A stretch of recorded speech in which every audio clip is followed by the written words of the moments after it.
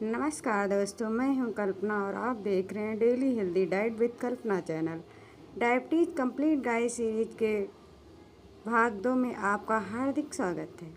पिछले भाग में हमने जाना कि डायबिटीज़ क्या है, यह क्यों होती है, इसके प्रकार, कारण और शुरुआती लक्षण क्या हैं। केवल लक्षणों के आधार पर यह तय नहीं किया जा सकता कि किसी व्यक्ति को डायबिटीज़ है या नहीं। इसकी पुष्टि सही जांचों द्वारा ही की जाती है। आज की इस वीडियो में हम विस्तार से जानेंगे fasting blood sugar, PP blood sugar, random blood sugar, HbA1c जांच, ग्लूकोमीटर का सही उपयोग, रिपोर्ट को कैसे समझें और कब जांच करानी चाहिए। यदि आप इन जांचों को सही ढंग से समझ लेते हैं तो अपनी रिपोर्ट को समझना भी आपके लिए आसान हो जाएगा। तो आइए सबसे पहले जानते हैं कि डायबिटीज़ की जांच कराना क्यों आवश्यक है। डायबिटीज़ एक ऐसी बीमारी है जो कई बार वर्षों तक बिना किसी स्पष्ट लक्षण के भी शरीर में मौजूद रह सकती है। इसी कारण नियमित जांच का बहुत महत्व है। समय पर जांच कराने से बीमारी का पता प्राथमिक अवस्था में चल सकता है, जिससे उचित उपचार और जीवन शैली में सुधार करके भविष्य में होने वाली कई जटिलताओं के जोखिम को कम किया जा सकता है। यदि परिवार में किसी को डायबिटीज़ है, आपका वजन अधिक है, शारीरिक गतिविधि कम है या डॉक्टर से सलाह दी है तो समय समय पर जांच कराना लाभदायक हो सकता है। अब जानते हैं सबसे पहले और सबसे सामान्य जांच, fasting blood sugar. Fasting blood sugar का अर्थ है खाली पेट की जाने वाली ब्लड शुगर जांच। यह जांच सामान्यतः 8 से 10 घंटे तक कुछ भी खाए बिना की जाती है। इस दौरान सामान्य पानी पीना आमतौर पर अनुमति होती है, यदि डॉक्टर ने कुछ अलग निर्देश ना दिए हो। इस जांच से यह पता चलता है कि भोजन किए बिना आपके रक्त में ग्लूकोज का स्तर कितना है। यदि रिपोर्ट सामान्य सीमा से अधिक होती है तो डॉक्टर अन्य जांचों और आपकी स्वास्थ्य स्थिति को देखकर आगे की सलाह देते हैं। अब प्रश्न यह है कि भोजन करने के बाद ब्लड शुगर कैसे जांची जाती है, आइए जानते हैं। अब बात करते हैं पीपी ब्लड शुगर क्या है। PPBS का पूरा नाम है पोस्ट प्रेंडियल ब्लड शुगर। यह जांच भोजन शुरू करने के लगभग 2 घंटे बाद की जाती है। इसका उद्देश्य यह जानना होता है कि भोजन के बाद शरीर ब्लड शुगर को किस प्रकार नियंत्रित कर रहा है। फास्टिंग और PPBS दोनों जांचें मिलकर डॉक्टर को आपकी स्थिति को बेहतर ढंग से समझने में सहायता करती है। इसलिए केवल एक जांच के आधार पर निष्कर्ष निकालना उचित नहीं होता। अब जानते हैं रैंडम ब्लड शुगर जांच क्या होती है। रैंडम ब्लड शुगर का अर्थ है दिन के किसी भी समय की जाने वाली ब्लड शुगर जांच। इसमें यह आवश्यक नहीं होता कि आपने भोजन किया है या नहीं। यदि किसी व्यक्ति को अत्यधिक प्यास लगना, बार बार पेशाब आना, अत्यधिक थकान या अन्य लक्षण हो तो डॉक्टर रैंडम ब्लड शुगर जांच की सलाह दे सकते हैं। हालांकि केवल रैंडम ब्लड शुगर के आधार पर हमेशा अंतिम निर्णय नहीं लिया जाता। आवश्यकता होने पर डॉक्टर अन्य जांचें भी लिख सकते हैं। अब अगले पेज में हम जानेंगे HbA1c जांच क्या होती है और यह इतनी महत्वपूर्ण क्यों मानी जाती है। अब तक हमने फास्टिंग, पीपी और रैंडम ब्लड शुगर की बारे में जाना है, लेकिन अब हम एक ऐसी जांच की बात करेंगे जिसे डायबिटीज़ की सबसे महत्वपूर्ण जांचों में से एक माना जाता है। इसका नाम है HbA1c। HbA1c जांच केवल एक दिन की ब्लड शुगर नहीं बताती, बल्कि यह लगभग पिछले 2 से 3 महीनों के औसत ब्लड शुगर स्तर की जानकारी देती है।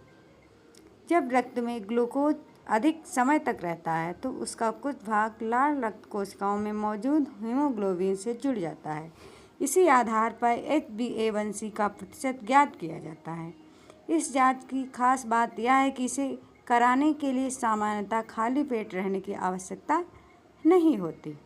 डॉक्टर इस जांच की सहायता से यह समझते हैं कि पिछले कुछ महीनों में ब्लड शुगर कितनी अच्छी तरह नियंत्रित रहा है।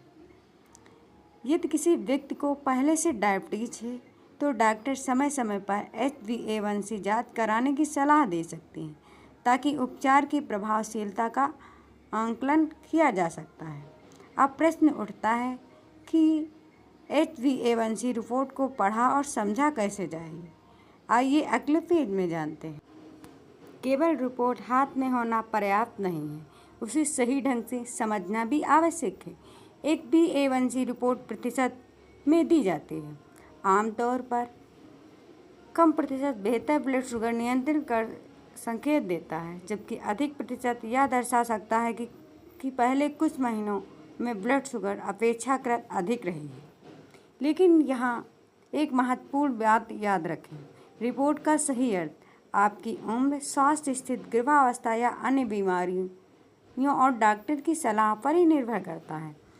इसलिए केवल इंटरनेट पर देखकर या किसी दूसरे व्यक्ति की रिपोर्ट से अपनी तुलना करके निष्कर्ष नहीं निकालना चाहिए।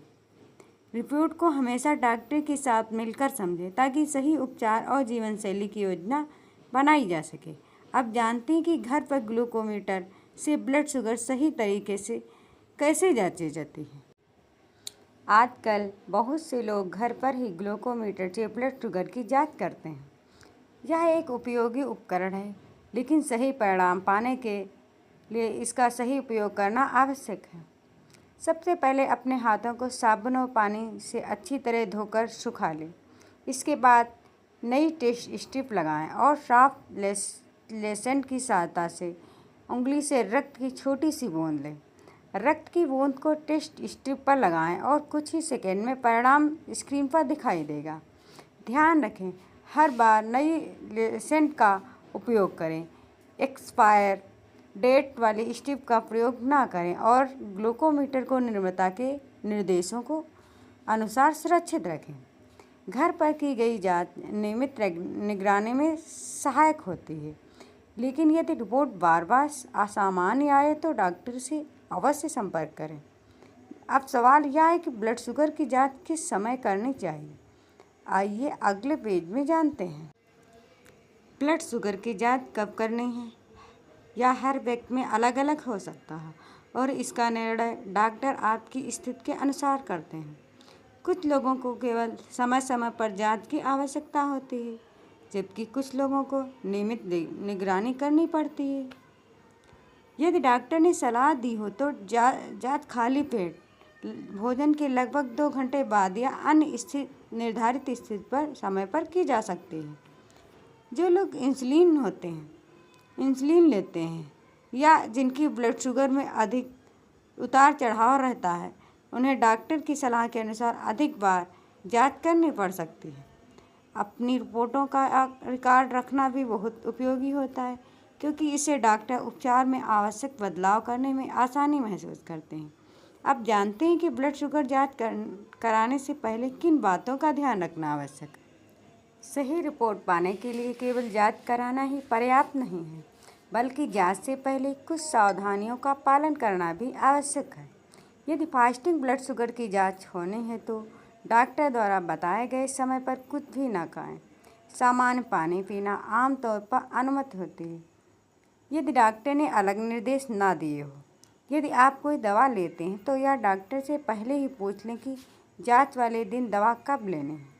जांच से पहले अत्यधिक व्यायाम, शराब का सेवन या अन्य ऐसी गतिविधियां जो परिणाम को प्रभावित कर सकती हैं, उनसे बचें यदि डॉक्टर ने ऐसा निर्देश दिया हो। और सबसे पहले महत्वपूर्ण बात, रिपोर्ट चाहे सामान्य आए या असामान्य, उसका अर्थ स्वयं निकालने के बजाय डॉक्टर से परामर्श अवश्य करें। अब अगले पेज में हम जानेंगे कि रिपोर्ट आने के बाद क्या करना चाहिए और सही उपचार की दिशा में पहला कदम क्या होता है। अब तक हमने जाना कि डायबिटीज़ की जांच कैसे होती है और विभिन्न जांचों का क्या महत्व है, लेकिन एक महत्वपूर्ण प्रश्न यह है कि रिपोर्ट आने के बाद क्या करना चाहिए। सबसे पहले रिपोर्ट देखकर घबराइए नहीं। किसी एक रिपोर्ट के आधार पर स्वयं यह निर्णय न लें कि आपको डायबिटीज़ है या नहीं। यदि रिपोर्ट सामान्य सीमा में में है, तब भी संतुलित भोजन, नियमित व्यायाम और स्वस्थ जीवन शैली बनाए रखें, क्योंकि यही भविष्य में डायबिटीज के जोखिम को कम करने का आधार है। यदि रिपोर्ट सामान्य से अधिक आती है तो बिना देरी के डॉक्टर से परामर्श लें। डॉक्टर आपके अन्य जांचों, लक्षणों और स्वास्थ्य स्थिति को देखकर आगे की सलाह देंगे। कई बार केवल जीवन शैली में सुधार पर्याप्त होता है, जबकि कुछ लोगों को दवा या अन्य उपचार की आवश्यकता पड़ सकती है। इसलिए स्वयं दवा शुरू करना या बंद करना उचित नहीं है। याद रखिए, सही समय पर लिया गया सही निर्णय भविष्य में होने वाली कई जटिलताओं से बचाने में मदद कर सकता है। अब जानते हैं कि ब्लड शुगर की जांच और रिपोर्ट को लेकर लोग कौन कौन सी सामान्य गलतियां करते हैं। अक्सर लोग छोटी छोटी गलतियां कर बैठते हैं, जिनके कारण रिपोर्ट सही नहीं आ पाती है, उसका गलत अर्थ निकाल लिया जाता है। कुछ सामान्य गलतियां: पहली, फास्टिंग जांच से पहले कुछ खा लेना या मीठी चाय कॉफ़ी पी लेना। दूसरी, डॉक्टर की सलाह के बिना केवल एक रिपोर्ट देखकर स्वयं दवा शुरू कर देना। तीसरी, घर पर ग्लूकोमीटर से मिली हर रीडिंग को अंतिम मान लेना, जबकि आवश्यकता पड़ने पर प्रयोगशाला की जांच भी महत्वपूर्ण होती है।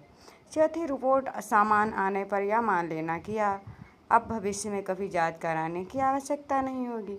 और पांचवी, इंटरनेट किसी दूसरे व्यक्ति की रिपोर्ट से अपनी तुलना करना। याद रखिए, हर व्यक्ति की स्वास्थ्य स्थिति अलग होती है, इसलिए अपनी रिपोर्ट का सही मूल्यांकन हमेशा डॉक्टर से ही कराएं। अब जानते हैं कि किन परिस्थितियों में तुरंत डॉक्टर से संपर्क करना चाहिए। कुछ परिस्थितियां ऐसी होती हैं जिन्हें बिल्कुल भी नज़रअंदाज नहीं करना चाहिए। यदि आपको अत्यधिक प्यास लग रही हो, बार बार पेशाब आ रहा हो, अचानक बहुत अधिक कमजोरी महसूस हो रही हो, दृष्टि धुंधली हो गई हो या घाव ठीक होने में बहुत अधिक समय लग रहा हो, तो डॉक्टर से संपर्क करना आवश्यक है। यह डायबिटीज़ से पीड़ित व्यक्ति की ब्लड शुगर बार बार बहुत अधिक या बहुत कम आ रही हो, या उसे चक्कर, बेहोशी, भ्रम या अत्यधिक अस्वस्थता महसूस हो, तो तुरंत चिकित्सक की सहायता लें। समय पर डॉक्टर से मिलना गंभीर जटिलताओं के जोखिम को कम करने में मदद कर सकता है। याद रखिए, डायबिटीज में लापरवाही नहीं बल्कि नियमित जांच और सही उपचार सबसे महत्वपूर्ण है। अब इस पूरे भाग का संक्षिप्त सार समझते हैं। आज की इस वीडियो में हमने डायबिटीज की विभिन्न जांचों को विस्तार से समझा। हमने जाना फास्टिंग ब्लड शुगर क्या है, पीपी ब्लड शुगर क्यों की जाती है, रैंडम ब्लड शुगर का क्या महत्व है, HbA1c जांच हमें पिछले 2 से 3 महीनों की औसत ब्लड शुगर की जानकारी कैसे देती है, घर पर ग्लूकोमीटर का सही उपयोग कैसे करें, रिपोर्ट आने के बाद क्या करना चाहिए और किन गलतियों से बचना चाहिए। यदि आपने इस वीडियो को पूरा देखा है तो अब आप डायबिटीज़ की प्रमुख जांचों के बारे में एक अच्छी समझ विकसित कर चुके हैं। लेकिन अभी इस सीरीज का सबसे महत्वपूर्ण भाग बाकी है, क्योंकि जांच के बाद सबसे बड़ा प्रश्न होता है, अब खाना क्या चाहिए। दोस्तों, डायबिटीज़ कंप्लीट गाइड सीरीज के दूसरे भाग में आपने डायबिटीज़ की जांच और रिपोर्ट को समझना सीखा।